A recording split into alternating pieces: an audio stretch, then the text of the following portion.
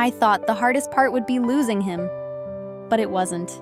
The hardest part was coming back and still carrying him inside me. Waking up in a world that no longer fit, where everything looked the same but nothing felt right. People walked the streets, laughing, talking, distracted by their devices and distant lives. But I was still wrapped in a world 70 years behind me. In a kiss beneath a violet sky. In the sound of piano keys beneath his fingers. In the soft way he said my name. I moved through my days like a ghost. Alive, but only in the technical sense. Every morning, I'd reach for the space beside me in bed. Empty. Every mirror showed me a face I barely recognized. Too modern, too present, and yet, the music. That single page of handwritten notes, still tucked in my journal, saved me from unraveling. I would play it again and again on an old upright piano I bought from a thrift shop in a moment of madness. The melody would fill the room like a memory returned.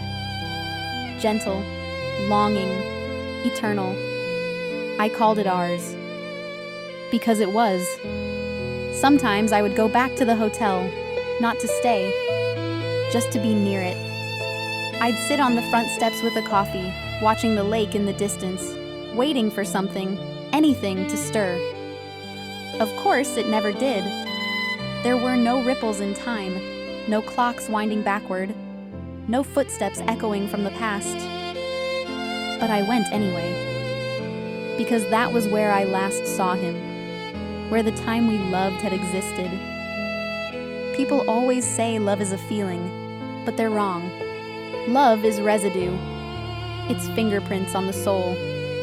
A shadow you can't chase away. A voice echoing in the silent parts of your day. And sometimes, it's the thing that hurts most, even as it's the only thing keeping you whole. Time passed. Weeks folded into months, yet I never stopped living with him. Even though he wasn't here. He lived in my thoughts, but more than that, in the spaces between them. In the smell of lilacs on the breeze. In the gentle hum of jazz drifting out of old cafes. In the rustle of autumn leaves brushing against my coat the way his fingertips once did. I memorized every second we'd shared, like a song I never wanted to forget. I remembered his laugh, rare, but beautiful. Like someone learning to feel joy for the first time. The way he walked slightly ahead, glancing back to make sure I was there. His hands, warm, expressive, always searching for mine. The exact look in his eyes when I told him the truth. Not shock, not disbelief, just sadness. And love.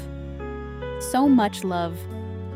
Some nights I'd wake from dreams so vivid I could still smell him, still feel his heartbeat beneath my ear. In those dreams, we were always together, always on the dock beneath the stars, always suspended in that endless golden hour of 1955, where no one grew old and time could not touch us. But morning would always come. The sheets would always be cold. The piano would always be silent. And the dreams would fade. But the memory never did. The mind forgets. But the heart never does. And my heart remembered everything. Even the parts I wished I could forget. Like the way it felt when he began to vanish. Like the silence that followed. Like the truth that there was no way back. People called me distant. Said I seemed distracted. But how could I explain? How could I tell them that I'd lived another life in another time? That I had fallen in love with a man no one else could see? That I left my heart in a year they no longer remembered? Eventually, I stopped trying. Because memories, real or not, were all I had. And they were enough. They had to be. I once thought love was something you fell into. A spark. A glance. A single choice. But I was wrong. Love, true love, is 1,000 quiet choices made over and over again. It's the ache that doesn't go away, the silence that still speaks, the longing that lives quietly in your bones. And I carry it now, everywhere. There are days I feel strong. I go to work, I smile, I even laugh. But always, underneath it all, is him. Charles, a man who belonged to another era, who never asked me to stay, but held me like I already had. A man who kissed me as time pulled me apart. A man who promised he'd find me again. I don't know what time really is anymore. I don't know if it's a river, a circle, or a fragile thread.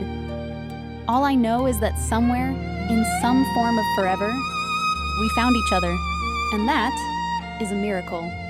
I sometimes wonder if he's out there still. Old, alone, waiting, or maybe reborn in another time, another face, another name. Sometimes I'll see someone on the street, a profile, a smile, a familiar hand gesture, and my breath will catch. Could it be? But then the moment passes, and I walk on.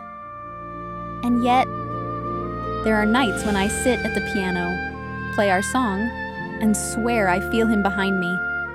Not a ghost, not a dream, something closer. As if, across the thinnest veil of time, he still hears me. As if, wherever he is, he's still loving me too. We loved for only a moment, but it was enough for forever.